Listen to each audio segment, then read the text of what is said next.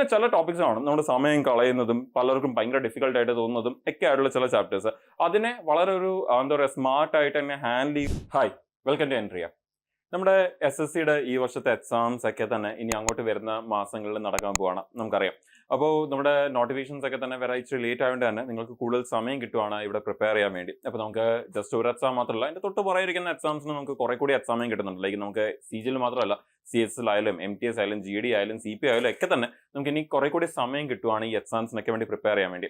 ഇനി നമ്മൾ ഇന്നത്തെ ഈ ഒരു സെഷനിൽ നമ്മൾ ഡിസ്കസ് ചെയ്യാൻ പോകുന്നതും നമ്മുടെ ഈ ഒരു എക്സാംസിലേക്ക് വരുമ്പോൾ നിങ്ങൾക്കറിയാം നമ്മുടെ SSC എക്സാംസിന്റെ മിക്ക എല്ലാത്തിന്റെയും സിലബസ് സെയിം ആണ്, ക്വസ്റ്റിന്റെ കൗണ്ടിങ് മാത്രമേ വ്യത്യാസം വരുന്നുള്ളൂ.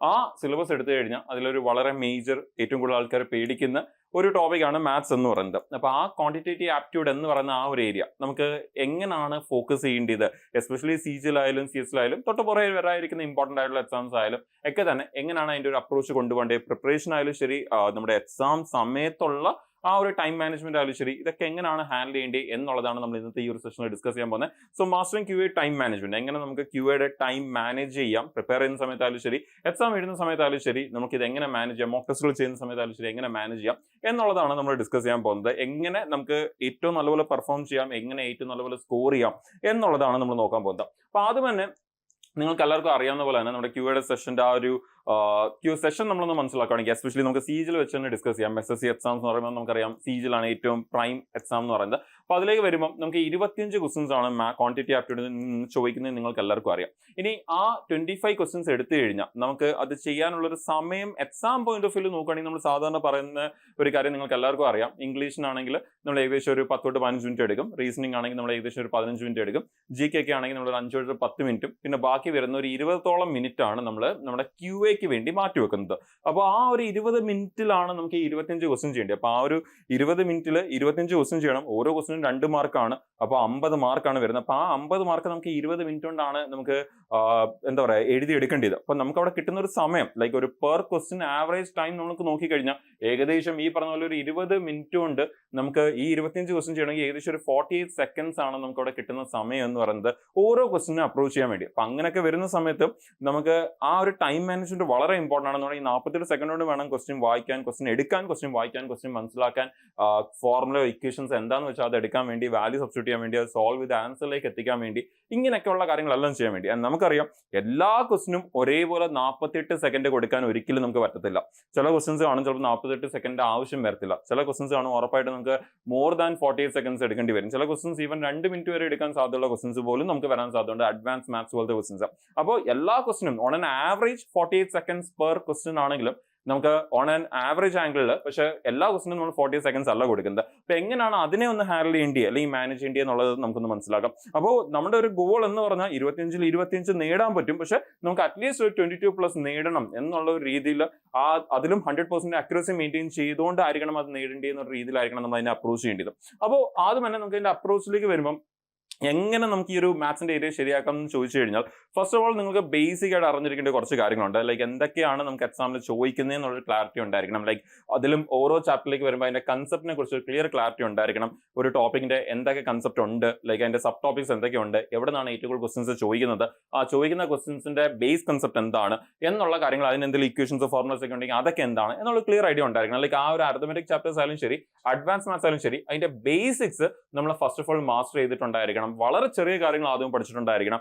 എന്നാൽ അപ്പൊ നമുക്ക് ചെറിയ എക്സാംസിനെ അറ്റൻഡ് ചെയ്യുന്ന പോലെ തന്നെ വലിയ എക്സാംസിൽ വലിയ ക്വസ്റ്റൻസിനെ നമുക്ക് ഈ ഒരു ബേസിക് ലോജിക് വെച്ചുകൊണ്ട് നമുക്ക് അറ്റൻഡ് ചെയ്യാൻ അത് ഹെൽപ്പ് ചെയ്യും. ഇനി അത് കഴിഞ്ഞ് കഴിഞ്ഞാൽ പിന്നെ നമുക്ക് വളരെ ഇമ്പോർട്ടന്റ് ആണ് ഈ പറഞ്ഞ കാൽക്കുലേഷൻ സ്പീഡ് എന്ന് പറയുന്നത്. ഇൻഫാക്ട് നമ്മൾ ഒരു പ്രിപ്പറേഷൻ സ്റ്റാർട്ട് ചെയ്യുന്ന സമയത്ത് ആദ്യത്തെ 30 days or 50 days നമ്മൾ ഇതിനു വേണ്ടിയാണ് ശരിക്കും മാറ്റി വെക്കേണ്ടതെന്ന് തന്നെ നമുക്ക് പറയാം. അപ്പോൾ അതിൽ എന്തൊക്കെയാണ് വരുന്നതെന്ന് പറഞ്ഞാൽ square, cube, table, power, divisibility rule, നമ്പേഴ്സിന്റെ ബേസിക് കൺസെപ്റ്റ്സ്, പ്രൈം നമ്പേഴ്സ്, വളരെ ചെറിയ ചെറിയ കാര്യങ്ങൾ. ആ ഒരു ചെറിയ കാര്യങ്ങളൊക്കെ നമുക്ക് അത്യാവശ്യം ക്ലിയർ ആയിരിക്കണം. അത് എവിടെ വരെ പഠിക്കണം എന്നുള്ളത് നമുക്ക് നോക്കാം. അപ്പോൾ ഈ ഒരു ചെറിയ കാര്യങ്ങൾ നമുക്ക് ഹെൽപ്പ് ചെയ്യും നമ്മുടെ കാൽക്കുലേഷൻസിനെ വളരെ സ്പീഡായിട്ട് ഹാൻഡിൽ ചെയ്യാനും നമുക്ക് ആ ക്വസ്റ്റൻസിന്റെ സൊല്യൂഷനിലേക്ക് വളരെ പെട്ടെന്ന് എത്തിക്കാനും നമ്മളത് ഒരുപാട് ഹെൽപ്പ് ചെയ്യും. നമ്മുടെ റഫ് വർക്ക് ഏകദേശം പകുതി കൂടുതലായിട്ട് കുറയ്ക്കാനും നമ്മൾ ഡെഫിനറ്റ്ലി അത് ഹെൽപ്പ് ചെയ്യും. പിന്നെ ഇമ്പോർട്ടന്റ് ആണ് നമ്മുടെ ഈ ഒരു പ്രിപ്പറേഷൻ ഒക്കെ കഴിഞ്ഞതിന് ശേഷം നമ്മുടെ മോക്ക് സ്ട്രാറ്റജി, എങ്ങനെയാണ് ആ മോക്ക് കൊണ്ടുപോകേണ്ടത്, ആദ്യം ഏത് എഴുതണം, അവസാനം ഏത് എഴുതണം, അതിലും ഒരു സെഷനിലേക്ക് വന്നാൽ, ഇപ്പോൾ ക്യൂയുടെ മാത്രം ഒരു സെക്ഷനിലേക്ക് വന്നാൽ പോലും അവിടെ എങ്ങനെയാണ് ക്വസ്റ്റ്യൻസ് അപ്രോച്ച് ചെയ്യേണ്ടത്, എത്ര സമയം മാറ്റി വെക്കണം, എങ്ങനെയാണ് അപ്രോച്ച് ചെയ്യേണ്ടത് എന്നൊരു ക്ലാരിറ്റി നമുക്ക് ഉണ്ടായിരിക്കണം. ഒരിക്കലും നമ്മൾ എക്സാമിൽ പോയി ആദ്യമായിട്ട് ചെയ്യുന്ന രീതിയിലായിരിക്കില്ല.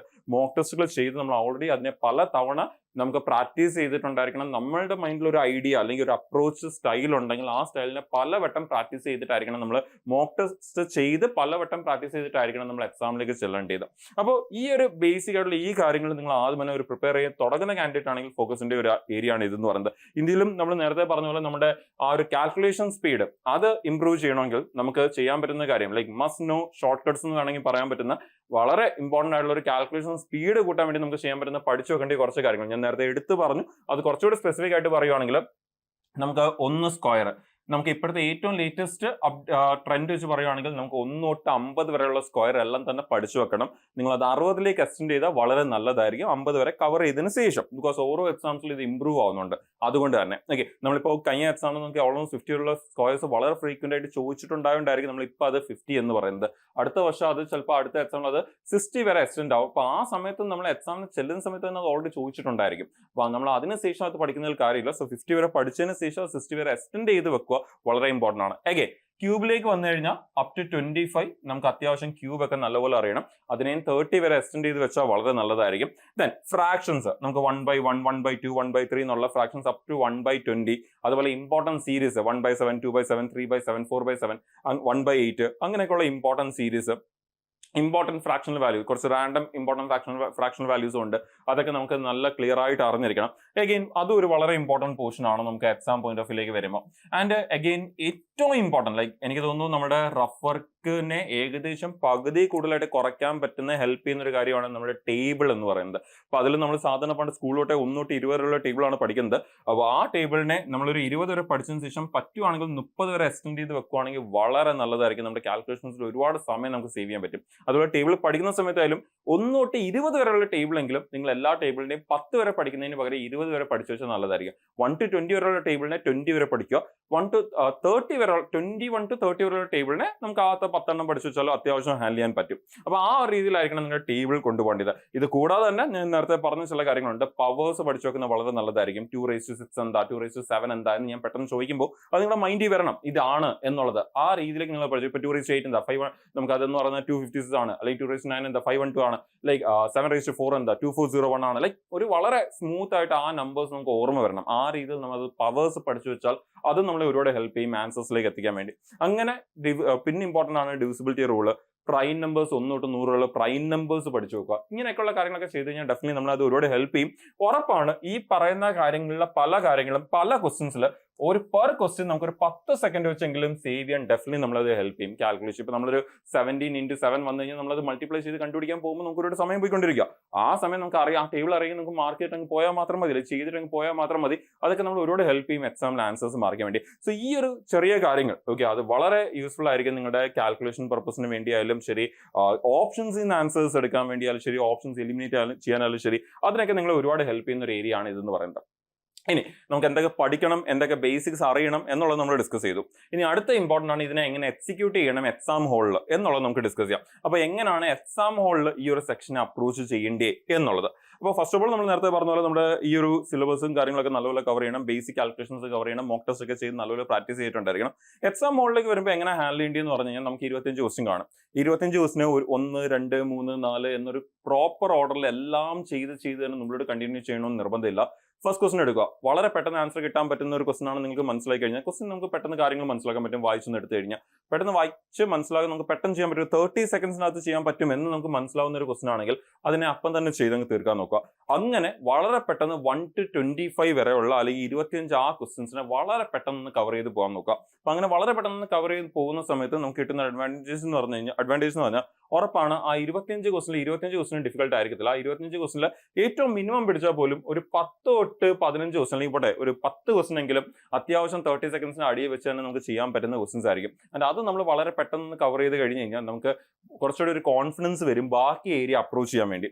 ഇനി അതിനുശേഷം ആയിരിക്കണം നമ്മൾ എന്തിലേക്ക് പോകേണ്ടത്, കുറച്ചുകൂടി ഒരു മോഡറേറ്റ് ലെവൽ ക്വസ്റ്റൻ എന്ന് പറഞ്ഞാൽ ഒരു ക്വസ്റ്റിന് മേ ബി 1 മിനിറ്റ് തൊട്ട് 1.5 മിനിറ്റ് വരെ എടുക്കാൻ സാധ്യതയുള്ള ക്വസ്റ്റൻസിലേക്ക് പോകേണ്ടത്. അപ്പൊ എഗെയിൻ ആ നേരത്തെ പറഞ്ഞ പോലെ 25 ക്വസ്റ്റൻസിൽ ഒരു 10 ക്വസ്റ്റൻസ് അവിടെ പോയി കഴിഞ്ഞാൽ പിന്നെയും ഒരു 25 ക്വസ്റ്റൻസിൽ മിക്കവാറും ഒരു 10 to 12 ക്വസ്റ്റൻസ് ഏത് ലെവലിലുള്ളതായിരിക്കും, ഈ ഒരു ലെവലിൽ ഉള്ളതായിരിക്കും. ഇപ്പൊ കഴിഞ്ഞ നമ്മൾ CGL എക്സാം ഒക്കെ നോക്കിക്കഴിഞ്ഞാൽ നമുക്ക് 25 ഏകദേശം 20ഓളം ക്വസ്റ്റൻസും ഈ ഒരു റേഞ്ചിൽ തന്നെ വരുന്നതാണ് പറയാൻ പറ്റുക. അത്രയും എളുപ്പമുള്ള ക്വസ്റ്റൻസ് ആണ് ചോദിച്ചിരുന്നത്. ബട്ട് ലെറ്റ്സ് സേ ഒരു ആവറേജ് എക്സാം ആണെങ്കിൽ പോലും നമുക്ക് ഈ ഒരു രീതിയിലായിരിക്കും വരാൻ പോകുന്നത്. 10 to 12 ക്വസ്റ്റൻസ് മേ ബി ഈ ഒരു റേഞ്ചിൽ നിൽക്കുന്നതായിരിക്കും. പിന്നെ അവസാനം മേ ബി ഒരു 3 to 5 ക്വസ്റ്റൻസ് ആയിരിക്കും നമ്മൾ അത്യാവശ്യം കുറച്ച് ഡിഫിക്കൽട്ട് ആയിട്ട് നമ്മുടെ ഓൾജിബ്ര, ട്രിഗ്നോമെട്രി, ജോമെട്രി, മെൻസുറേഷൻ അല്ലെങ്കിൽ വേറെ ഏതെങ്കിലും ഒരു കോമ്പൗണ്ട് ഇൻട്രസ്റ്റ് അങ്ങനെയൊക്കെയുള്ള കുറച്ച് അരിത്മെറ്റിക് ആയിട്ടുള്ള ചാപ്റ്ററിലും കുറച്ച് അധികം സമയം എടുക്കാൻ സാധ്യതയുള്ള 2 മിനിറ്റ് തൊട്ട് മേ ബി 3 മിനിറ്റ് വരെയൊക്കെ ചിലപ്പോൾ റഫായിട്ട് സമയം കളയാൻ സാധ്യതയുള്ള പോലത്തെ ക്വസ്റ്റൻസ് വരാൻ സാധ്യതയുള്ളത്. അപ്പൊ ആ ക്വസ്റ്റൻസിനെ നമ്മൾ സമയം ഉണ്ടെങ്കിൽ മാത്രം അപ്രോച്ച് ചെയ്യുന്ന രീതിയിലേക്ക് കൊണ്ടുപോയാൽ മതി. നമുക്ക് ഈ ഒരു 2 ഏരിയാസ് അത്യാവശ്യം നമ്മൾ ആദ്യം തന്നെ അറ്റൻഡ് ചെയ്ത് തീർക്കുകയാണെങ്കിൽ പോലും നമുക്ക് നേരത്തെ പറഞ്ഞ 22 എന്നുള്ള സ്കോറിലേക്ക് എത്തിക്കാൻ എളുപ്പമായിരിക്കും.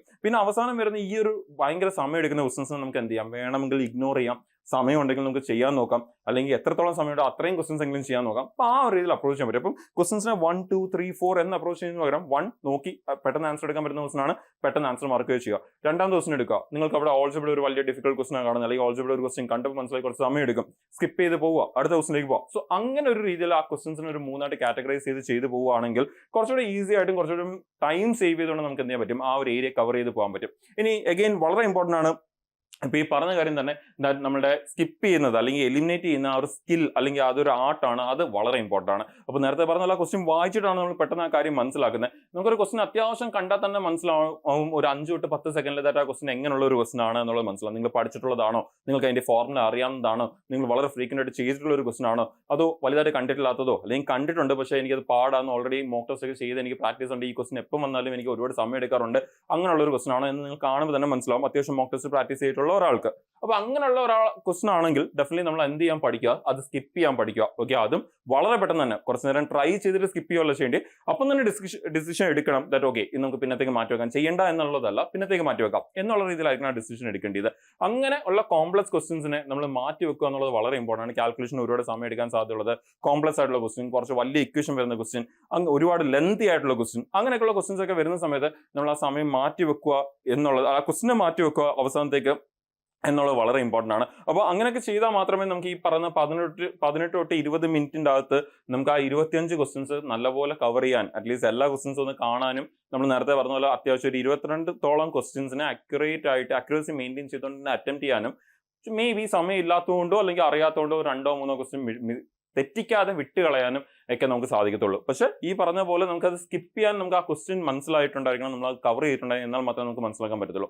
ഇനി നമുക്ക് അഗെയിൻ എങ്ങനെ അവിടെ ക്വസ്റ്റ്യൻസിനെ നമുക്ക് പിക്ക് ചെയ്യാം എന്ന് ചോദിച്ചു കഴിഞ്ഞാൽ, ചില ചാപ്റ്റേഴ്സ് ആണ് നമുക്ക് ഉറപ്പായിട്ടും ക്വസ്റ്റ്യൻ വരും എന്ന് അറിയാം, വളരെ ഇമ്പോർട്ടൻ്റ് ആയിട്ടുള്ള ബേസിക് ചാപ്റ്റേഴ്സ് ആയിരിക്കും. ഇപ്പം നമുക്ക് ഒരു ടോപ്പിക് വൈസ് പ്രയോറിറ്റി നോക്കി കഴിഞ്ഞാൽ നമ്മുടെ ചാപ്റ്റേഴ്സിന് ഒരു 3 ആയിട്ട് വേണമെങ്കിൽ നമുക്ക് കാറ്റഗറൈസ് ചെയ്യാം. ലൈക്ക് ഏറ്റവും കൂടുതൽ ഹൈ ഇമ്പാക്ട് അല്ലെങ്കിൽ high frequency, most scoring topic എന്നൊക്കെ പറയുന്ന പോലത്തെ ടോപ്പിക്സ്. ഫോർ എക്സാമ്പിൾ പെർസെൻറ്റേജ് ഉറപ്പായിട്ടും ക്വസ്റ്റ്യൻ വരും നമുക്കറിയാം. അതുകൂടാതെ വേറെ ഒരുപാട് ചാപ്റ്ററും പെർസെൻറ്റേജിന്റെ കൺസെപ്റ്റ് വെച്ചാണ് സോൾവ് ചെയ്യുന്നത്. അപ്പൊ അങ്ങനെയാണെങ്കിൽ ആ പെർസെൻറ്റേജിന്റെ കൺസെപ്റ്റ് തന്നെ നമുക്ക് ഈ പറഞ്ഞ 25 ഒരു 4-5 ക്വസ്റ്റനെങ്കിലും പെർസെൻറ്റേജ് കൺസെപ്റ്റ് വെച്ച് മാത്രം സോൾവ് ചെയ്യാൻ പറ്റുന്ന ക്വസ്റ്റൻസ് ആയിരിക്കും. പേഴ്സണൽ ചാപ്റ്ററിന് ചിലപ്പോൾ ഒരു ക്വസ്റ്റനെ കാണത്തുള്ളൂ, അല്ലെങ്കിൽ 2 ക്വസ്റ്റനെ കാണത്തുള്ളൂ. പക്ഷേ പേഴ്സണൽ കൺസെപ്റ്റ് വരുന്ന ക്വസ്റ്റൻസ് കൂടുതലായിരിക്കും. അതേപോലെ നമ്മുടെ പ്രോഫിറ്റ് ആൻഡ് ലോസ് നമുക്ക് 2 തൊട്ട് 3 ക്വസ്റ്റൻ വരെ പോകാറുണ്ട് പ്രോഫിറ്റ് ആൻഡ് ലോസിൽ നിന്നൊക്കെ. അപ്പൊ അതൊക്കെ നമുക്ക് കൂടുതൽ സ്കോർ ചെയ്യാൻ ഹെൽപ്പ് ചെയ്യും. Ratio, number system. അപ്പോൾ ഈ ചാപ്റ്റേഴ്സ് ഒക്കെയാണ് ഏറ്റവും ഹൈ ഇമ്പാക്ട്, നമ്മുടെ സ്കോറിൽ വളരെയധികം ഇമ്പാക്ട് ചെയ്യുന്ന ചാപ്റ്റേഴ്സ് എന്ന് പറയുന്നത്. അപ്പോൾ ഇതൊക്കെ വളരെ ഇമ്മീഡിയറ്റ് ആയിട്ട് ഹൈ സ്പീഡിൽ സോൾവ് ചെയ്യാൻ പ്രാക്ടീസ് ചെയ്യുക, അത് ചെയ്യാൻ പറ്റുന്ന എക്സാമിൽ ചെന്നിട്ടായാലും. അതിനുശേഷം പിന്നെ സ്കോർ ബൂസ്റ്റ് ചെയ്യുന്ന ചാപ്റ്റേഴ്സ്. അപ്പോൾ സ്കോർ ബൂസ്റ്റ് ചെയ്യുന്ന ചാപ്റ്റേഴ്സ് എന്ന് പറഞ്ഞാൽ ചാപ്റ്റേഴ്സ് നമുക്ക് ചെയ്യുമ്പോൾ നമുക്ക് ഈ പറഞ്ഞ കട്ട് ഓഫ് ക്ലിയർ ചെയ്യുക എന്നുള്ളത് മാത്രമല്ല, മാക്സിമം സ്കോറിലേക്ക് എത്തിക്കുക എന്നുള്ളതാണ് ഉദ്ദേശിക്കുന്നത്. ഇപ്പോൾ നമ്മുടെ simple interest, compound interest, simplification, DI, average പോലത്തെ ചാപ്റ്റേഴ്സ്. പിന്നെ ചില ടോപ്പിക്സ് ആണ് നമ്മുടെ സമയം കളയുന്നതും പലർക്കും ഭയങ്കര ഡിഫിക്കൽട്ട് ആയിട്ട് തോന്നുന്നതും ഒക്കെ ആയിട്ടുള്ള ചില ചാപ്റ്റേഴ്സ്. അതിനെ വളരെ ഒരു എന്താ പറയുക സ്മാർട്ട് ആയിട്ട് തന്നെ ഹാൻഡിൽ ചെയ്യുകയോ സ്കിപ്പ് ചെയ്യുകയോ എന്താണെന്ന് വെച്ചാൽ ചെയ്യാനുള്ളത് നമുക്കൊരു ഐഡിയ ഉണ്ടായിരിക്കണം. അങ്ങനത്തെ ചാപ്റ്റേഴ്സ് നിങ്ങൾക്ക് എല്ലാവർക്കും അറിയാം. നമ്മൾ നേരത്തെ പറഞ്ഞ ഓൾജിബ്ര, ട്രിഗ്നോമെട്രി, ജോമെട്രി, ഇത് എല്ലാവർക്കും ഡിഫിക്കൽട്ട് ആവണമെന്ന് നിർബന്ധമില്ല. പക്ഷേ എനിക്കൊന്ന് മോസ്റ്റ് ഓഫ് ദി ആൾക്കാരും കുറെയെങ്കിലും ഡിഫിക്കൽട്ടി ഫേസ് ചെയ്യുന്ന ഒരു ടോപ്പിക്കാണ് ഈ അഡ്വാൻസ് മാത്സ് ഏരിയ എന്ന് പറയുന്നത്. അപ്പൊ അതും എങ്ങനെ ഹാൻഡിൽ ചെയ്യണം എന്ന് നമുക്കൊരു ഐഡിയ ഉണ്ടായിരിക്കണം. ഏറ്റവും അവസാനം ഒരു ഫസ്റ്റ് റൗണ്ടിൽ നമ്മൾ ഈ ഏറ്റവും എളുപ്പമുള്ള ക്വസ്റ്റൻസിനെ ഹാൻഡിൽ ചെയ്ത്, സെക്കൻഡ് റൗണ്ടിൽ സ്കോർ കൂട്ടാനുള്ള ക്വസ്റ്റൻസിനെ ഹാൻഡിൽ ചെയ്ത്, ഏറ്റവും അവസാനം റിവ്യൂ ചെയ്യും, അവസാനത്തെ റൗണ്ടിൽ മാത്രം ഇങ്ങനത്തെ ക്വസ്റ്റൻസോ ചാപ്റ്റേഴ്സോ ഹാൻഡിൽ ചെയ്യുക എന്ന രീതിയിലേക്ക് നമ്മളൊന്ന് കാറ്റഗറൈസ് ചെയ്തൊന്ന് പ്ലാൻ ചെയ്ത് വെക്കുകയാണെങ്കിൽ നമുക്കത് ഹാൻഡിൽ ചെയ്യാൻ കുറച്ചുകൂടി എളുപ്പമായിരിക്കും. അപ്പോൾ നമ്മൾ പറഞ്ഞ പോലെ തന്നെ നേരത്തെ പറഞ്ഞ ആ കാര്യത്തിനെ കുറച്ചുകൂടി ഒന്ന് ബ്രീഫ് ചെയ്യുകയാണെങ്കിൽ നമുക്ക് ഈ പറഞ്ഞ പോലെ ഓരോ ക്വസ്റ്റ്യൻസും നമ്മൾ നേരത്തെ പറഞ്ഞ പോലെ നമുക്ക് ഏകദേശം ഒരു 48 സെക്കൻഡാണ് ഓൺ ആൻ ആവറേജ് വരുന്നത്. അപ്പോൾ അതിൽ തന്നെ നമ്മൾ അത്യാവശ്യം സിമ്പിൾ ആയിട്ടുള്ളതും സ്റ്റാൻഡേർഡ് ആയിട്ടുള്ള ഒരു അരിത്തമാറ്റിക് ക്വസ്റ്റൻസ് ഒക്കെ ആണെങ്കിൽ 30 to 40 സെക്കൻഡ്സ് നമ്മൾ അതിന് വേണ്ടി സ്പെൻഡ് ചെയ്യുക. കുറച്ചുകൂടി ബെറ്റർ ക്വസ്റ്റൻസ്, കുറച്ചുകൂടി ഡാറ്റ കൂടിയത്, ഡാറ്റ ഇന്റർപ്രിറ്റേഷൻ പോലത്തെ ചാപ്റ്റേഴ്സ്, ഇങ്ങനെയൊക്കെയുള്ള ചാപ്റ്റേഴ്സ് ആണെങ്കിൽ അതിന് വേണ്ടി 50 സെക്കൻഡ് തൊട്ട് 1 മിനിറ്റ് വരെ മാറ്റി വെക്കാൻ നോക്കുക. കുറെ അധികം വലിയ ചാപ്റ്റേഴ്സ് ഒക്കെ ആണെങ്കിൽ ട്രിഗ്നോമെട്രിയോ ജോമെട്രി ഒക്കെ ആണെങ്കിൽ അതിന് നമ്മൾ ഈ പറഞ്ഞ പോലെ 1.5 തൊട്ട് 2 മിനിറ്റിന്റെ അകത്തൊക്കെ 1.25 2 മിനിറ്റിന്റെ അകത്ത് തന്നെ ചെയ്യുന്ന രീതിയിലേക്ക് അതിനെ മാറ്റിവെക്കാൻ നോക്കുക എന്നുള്ളത് ഇമ്പോർട്ടന്റ് ആണ്.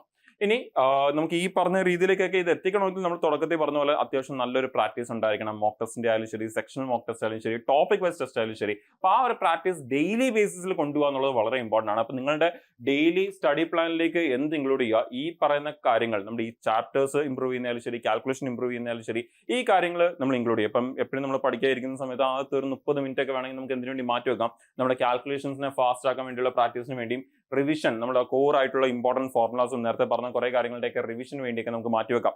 അത് കഴിഞ്ഞതിന് ശേഷം നമുക്ക് പിന്നെ അടുത്തൊരു 1 മണിക്കൂർ 2 മണിക്കൂർ നമുക്ക് എന്തിനു വേണ്ടി മാറ്റിവെക്കാം, ചാപ്റ്റർ വൈസ് ക്വസ്റ്റൻസിനെ സോൾവ് ചെയ്യാൻ വേണ്ടിയൊക്കെ നമുക്ക് അതിന് വേണ്ടി മാറ്റിവെക്കാം. അപ്പോൾ അത് നമുക്ക് ആ ചാപ്റ്ററിൽ ക്വസ്റ്റൻസിനെ അപ്രോച്ച് ചെയ്യുന്ന സ്പീഡ് ഡെവലപ്പ് ചെയ്യാനൊക്കെ നമ്മളത് ഹെൽപ്പ് ചെയ്യും. അതുപോലെ പിന്നെ നമുക്ക് ഈ പറഞ്ഞ അവസാനം നമുക്ക് ഈ മോക്ക് ടെസ്റ്റ് ചെയ്യാനും അതിനെ വളരെ ഡീപ്പായിട്ട് അനലൈസ് ചെയ്യാനും അതിന്റെ ട്രാക്ക് കീപ്പ് ചെയ്യാനും ആ മാർക്ക് എവിടെയെങ്കിലും നോട്ട് ചെയ്ത് വെക്കാനൊക്കെ വേണ്ടി നമ്മൾ മാറ്റിവെക്കുക. അപ്പോൾ ഒരു 3 hours അത് നമ്മൾ ഈ പറഞ്ഞ പോലെ എന്താ പറയുക, ഡെയിലി ബേസിസിൽ ഒന്ന് പ്രോപ്പർ ആയിട്ട് ജസ്റ്റ് 3 hour നമ്മൾ എന്തോ ഒരു ചാപ്റ്റർ കൊണ്ട് ഇരിക്കുന്നു എന്നൊരു ആംഗിൾ മാറ്റിയിട്ട് അതിനെ ഒന്ന് സ്പ്ലിറ്റ് ചെയ്ത് ഒരു ആദ്യത്തെ 1/2 മണിക്കൂർ ഇതിനു വേണ്ടി, 1.5 മണിക്കൂർ ഇതിനു വേണ്ടി, 1 മണിക്കൂർ ഇതിനു വേണ്ടി എന്നുള്ള രീതിയിൽ ഒന്ന് സ്പ്ലിറ്റ് ചെയ്ത് കാറ്റഗറൈസ് ചെയ്ത് ഡെയിലി ബേസിസിൽ ഒന്ന് കൊണ്ടുപോകണമെങ്കിൽ നിങ്ങളുടെ പ്ലാനിലേക്ക് ഇൻക്ലൂഡ് ചെയ്യുകയാണെങ്കിൽ അത്യാവശ്യം സ്കോർ കൂട്ടാനും ഡേ ബൈ ഡേ ചെയ്ത് വരുന്നതിനനുസരിച്ച് എന്താ പറയുക, ഒരു പ്രോഗ്രസീവ് ലേണിംഗ് വഴി പ്രോഗ്രസീവ് ഇംപ്രൂവ്മെന്റ് കൊണ്ടുവരാനൊക്കെ നിങ്ങൾ അത് ഒരുപാട് ഹെൽപ്പ് ചെയ്യും. ക്വസ്റ്റൻസ് ചെയ്യും. അതേപോലെ തന്നെ ക്വസ്റ്റൻസിനെ സ്കിപ്പ് ചെയ്യുന്ന ആ ഒരു രീതിയും നിങ്ങൾ പഠിക്കും. അതേപോലെ ആ ക്വസ്റ്റൻസിനെ ഏറ്റവും അവസാനം ഹാൻഡിൽ ചെയ്യുന്ന വേണ്ടി സമയം മാറ്റി വെക്കുന്നതും അങ്ങനെയുള്ള കാര്യങ്ങൾ നിങ്ങൾക്ക് പ്രാക്ടീസ് ചെയ്തെടുക്കാൻ പറ്റും ഇതുവഴി. അപ്പോൾ എന്താ പറയുക, വളരെ ഇമ്പോർട്ടൻ്റ് ആണ് നമ്മുടെ ഈ സ്പീഡ്. പക്ഷെ ആ സ്പീഡ് ഡെവലപ്പ് ചെയ്യണമെങ്കിൽ നമുക്ക് വളരെ കൺസിസ്റ്റന്റ് ആയിട്ടുള്ള ഒരു പ്രാക്ടീസ് ഉണ്ടായിരിക്കണം. ആൻഡ് ജസ്റ്റ് എല്ലാ ക്വസ്റ്റൻസും ജസ്റ്റ് ട്രിക്ക് മാത്രമല്ല, ഒരു കോമൺ സെൻസും ലോജിക്കും ഈ പറഞ്ഞ പോലെ നമ്മുടെ നോളജും ബേസിക് നോളജും ചിലപ്പം എക്സ്ട്രീം കാൽക്കുലേഷൻ നോളജും അങ്ങനെയൊക്കെ ഉള്ള കാര്യങ്ങളെല്ലാം അവിടെ വരുന്നുണ്ട്. ഇതെല്ലാം കൂടി ചേർന്നതാണ് നമ്മുടെ 25 ക്വസ്റ്റൻ എന്ന് പറയുന്നത്. അപ്പോൾ പല രീതിയിലുള്ള സ്കിൽസ് നമുക്ക് വേണ്ടി വരും, പല ടൈപ്പ് ഓഫ് ക്വസ്റ്റൻസിനെ അപ്രോച്ച് ചെയ്യാൻ വേണ്ടി. അപ്പോൾ അത് നമുക്കൊരു കൺസിസ്റ്റന്റ് പ്രാക്ടീസ് വഴി നമുക്ക് എത്തിക്കാൻ പറ്റത്തുള്ളൂ. നമുക്ക് ഈ മാത്സിൽ 50 ഔട്ട് ഓഫ് 50 നമ്മൾ പണ്ട് സ്കൂളിലൊക്കെ എയിം ചെയ്യുന്ന പോലെ തന്നെ എയിം ചെയ്യുക, അത് വാങ്ങിക്കുക എന്നുള്ളത് ഡെഫിനറ്റ്ലി പോസിബിൾ ആണ്. പക്ഷേ ഒരു പ്രോപ്പർ പ്രാക്ടീസ് വഴി നമുക്ക് അതിലേക്ക് എത്താൻ പറ്റത്തുള്ളൂ എന്നുള്ളത് ഇമ്പോർട്ടൻ്റ് ആണ്.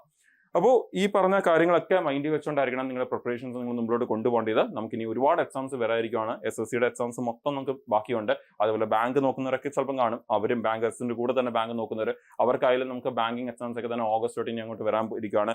റെയിൽവേ എക്സാംസ് ഉണ്ട്. ഇത് കൂടെ തന്നെ നമുക്കറിയാം വേറെ ഒരുപാട് നമ്മുടെ ഗവൺമെന്റ് അണ്ടറിൽ വരുന്ന ഇൻസ്റ്റിറ്റ്യൂഷൻസ് നമുക്ക് ഇതിന്റെ ഇടയ്ക്ക് ഉറപ്പായിട്ടും വിളിക്കും. നമ്മുടെ IB ഇപ്പം നേരത്തേക്ക് വിളിച്ച പോലെ തന്നെ ISRO, DRDO അങ്ങനെയൊക്കെയുള്ള എയർപോർട്ടൊക്കെ ഉള്ള ഇങ്ങനെ പല ഇൻസ്റ്റിറ്റ്യൂഷൻസ് ഗവൺമെന്റ് അണ്ടറിൽ വരുന്ന ഇൻസ്റ്റിറ്റ്യൂഷൻസ് ഒക്കെ തന്നെ ഇനി ഓരോ നോട്ടിഫിക്കേഷൻ ആയിട്ട് വിളിക്കും. അപ്പോൾ ആ സമയത്ത് നിങ്ങൾ റെഡി ആയിരിക്കണം ആ എക്സാംസ് എഴുതാൻ വേണ്ടി. സോ നോട്ടിഫിക്കേഷൻ വരുന്നവരെ വെയിറ്റ് ചെയ്തിരിക്കാതിരിക്കുക, നേരത്തെ തന്നെ പ്രിപ്പയർ ചെയ്യുക, നേരത്തെ തന്നെ നല്ലപോലെ ആ ഒരു ക്വസ്റ്റൻസ് ഒക്കെ പ്രാക്ടീസ് ചെയ്ത് റെഡി ആയിട്ടിരിക്കുക ആ എക്സാംസ് അറ്റൻഡ് ചെയ്യാൻ വേണ്ടി. ഓക്കെ, കൂടുതൽ എന്തെങ്കിലും ഡൗട്ട്സും ക്വസ്റ്റൻസ് ഒക്കെ ഉണ്ടെങ്കിൽ നിങ്ങൾക്ക് ഈ എക്സാംസ് നമ്മൾ ഈ പറഞ്ഞ എക്സാംസിനെ കുറിച്ച് കൂടുതൽ എന്തെങ്കിലുമൊക്കെ അറിയണമെന്നുണ്ടെങ്കിൽ ഒക്കെ തന്നെ നിങ്ങൾക്ക് നമ്പറിൽ കോൺടാക്ട് ചെയ്യാം. അതുപോലെ തന്നെ നിങ്ങൾ ആദ്യമായിട്ടൊക്കെ പ്രിപ്പയർ ചെയ്യുന്നവരാണെങ്കിൽ എൻട്രിയിൽ നമുക്ക് ഇതിന് വേണ്ടി ബാച്ചസ് ഉണ്ട്. സെൻട്രൽ ഗവൺമെന്റ് എക്സാംസിന് വേണ്ടി SSC, ബാങ്കും റെയിൽവേക്കൊക്കെ വേണ്ടി ബാച്ചസ് ഉണ്ട്. അപ്പോൾ അതിനൊക്കെ ഓൺലൈൻ ക്ലാസ്സസ് ആണ് വരുന്നത്. അവിടെ നിങ്ങൾക്ക് ഒരു പ്രോപ്പർ ഷെഡ്യൂൾ ഉണ്ടായിരിക്കും, ക്ലാസ്സസിന്റെ ഓരോ ദിവസവും എന്താണ് പോകുന്നത് എന്നുള്ളത്. അതേപോലെ തന്നെ അവിടെ ലൈവ് ക്ലാസ്സസും റെക്കോർഡ് ക്ലാസ്സസും ഉണ്ടായിരിക്കും. അപ്പോൾ റെക്കോർഡ് ക്ലാസ്സസ് ഒക്കെ തന്നെ നിങ്ങളുടെ സമയം അനുസരിച്ച് നിങ്ങൾക്ക് അത് കാണാൻ പറ്റും. നിങ്ങൾ മേ ബി ഒരു വർക്കിംഗ് പ്രൊഫഷണൽ ആവാം, മേ ബി കോളേജിൽ പഠിക്കുന്നവരാവാം, നേരത്തെ പ്രിപ്പയർ ചെയ്ത് തുടങ്ങാൻ പ്ലാൻ ചെയ്യുന്നവരൊക്കെ ആകാം. അപ്പോൾ അങ്ങനെയൊക്കെ ഉള്ളവർക്കാണെങ്കിൽ പോലും ആ റെക്കോർഡ് ക്ലാസ്സസ് നിങ്ങളുടെ സമയം അനുസരിച്ച് നിങ്ങൾക്ക് കാണാൻ പറ്റും. അതുപോലെ തന്നെ ഇതേ റെക്കോർഡ് ക്ലാസ്സസിൽ പഠിക്കുന്ന ടോപ്പിക്സിന്റെ ക്വസ്റ്റൻസ് ആണ് നമ്മൾ ലൈവ് ക്ലാസ്സസിൽ പ്രാക്ടീസ് ചെയ്യുന്നത്. ആ ക്ലാസ്സസും ഈവനിങ് ആയിരിക്കും പോകുന്നത്. അപ്പോൾ അങ്ങനെ ഈവനിങ് പോകുന്നതുകൊണ്ട് തന്നെ നിങ്ങൾക്ക് ഡേ ടൈം വേറെ ആക്ടിവിറ്റീസ് ഉള്ളവർക്കാണെങ്കിൽ പോലും ആ ക്ലാസ്സസ് ഒന്നും മിസ്സാവാതെ തന്നെ ഈവനിങ് നിങ്ങൾക്ക് അത് പ്രാക്ടീസ് ചെയ്യാൻ പറ്റും. ഇത് കൂടാതെ നിങ്ങൾക്ക് മെന്റേഴ്സിന്റെ സപ്പോർട്ട് ആയാലും ശരി, മോക്ക് ടെസ്റ്റുകളായാലും ശരി, ബുക്കുകളായാലും ശരി, topic discussion, previous question discussion, apple എയുടെ സപ്പോർട്ട്, ഇങ്ങനെ ഒരുപാട് കാര്യങ്ങൾ ചേർന്നിട്ടുള്ള ഒരു കംപ്ലീറ്റ് പാക്കേജ് ആണ് ഈ ഒരു കോഴ്സ് എന്ന് പറയുന്നത്. അപ്പോൾ അതിനെക്കുറിച്ച് കൂടുതൽ അറിയാനും നിങ്ങൾക്ക് ഈ നമ്പറിൽ കോൺടാക്ട് ചെയ്യാം. 7736122215 എന്നുള്ള ഈ നമ്പറിൽ കോൺടാക്ട് ചെയ്തുകൊണ്ട് നിങ്ങൾക്ക് എൻട്രിയുടെ അക്കാഡമിക് കൗൺസിലേഴ്സുമായിട്ട് ഡിസ്കസ് ചെയ്ത് നിങ്ങളുടെ ഡൗട്ട്സ് ഒക്കെ ക്ലിയർ ചെയ്ത് നിങ്ങൾക്ക് ആപ്റ്റ് ആയിട്ടുള്ള ബാച്ചസിലേക്ക് ജോയിൻ ചെയ്ത് നിങ്ങളുടെ പ്രിപ്പറേഷൻസ് നിങ്ങൾക്ക് സ്റ്റാർട്ട് ചെയ്യാവുന്നതാണ്, കണ്ടിന്യൂ ചെയ്യാവുന്നതാണ്, ഇംപ്രൂവ് ചെയ്യാവുന്നതാണ്. അപ്പോൾ ഇനി നമ്മുടെ നോട്ടിഫിക്കേഷൻസ് ഒക്കെ വരുന്ന സമയത്ത് നമ്മൾ അതിൻ്റെയൊക്കെ അപ്ഡേറ്റ്സ് ഒക്കെ ആയിട്ട് നമ്മൾ ഇവിടെ വീണ്ടും കാണും. അപ്പോൾ അപ്ഡേറ്റ്സ് ഒന്നും മിസ്സാവാതിരിക്കാൻ വേണ്ടി ചാനലിലേക്ക് ആദ്യമായിട്ട് വന്നവരാണെങ്കിൽ ചാനൽ ഡെഫിനറ്റ്ലി ഫോളോ ചെയ്യാം. അപ്പോൾ നമുക്ക് കൂടുതൽ അപ്ഡേറ്റ്സും ഇമ്പോർട്ടൻ്റ് ആയിട്ടുള്ള ക്വസ്റ്റൻ ഡിസ്കഷൻസും പ്രാക്ടീസ് ഒക്കെ ആയിട്ട് നമുക്ക് ഇവിടെ ഫ്യൂച്ചറിൽ നമുക്ക് ഇനിയും മീറ്റ് ചെയ്യാം. Thank you.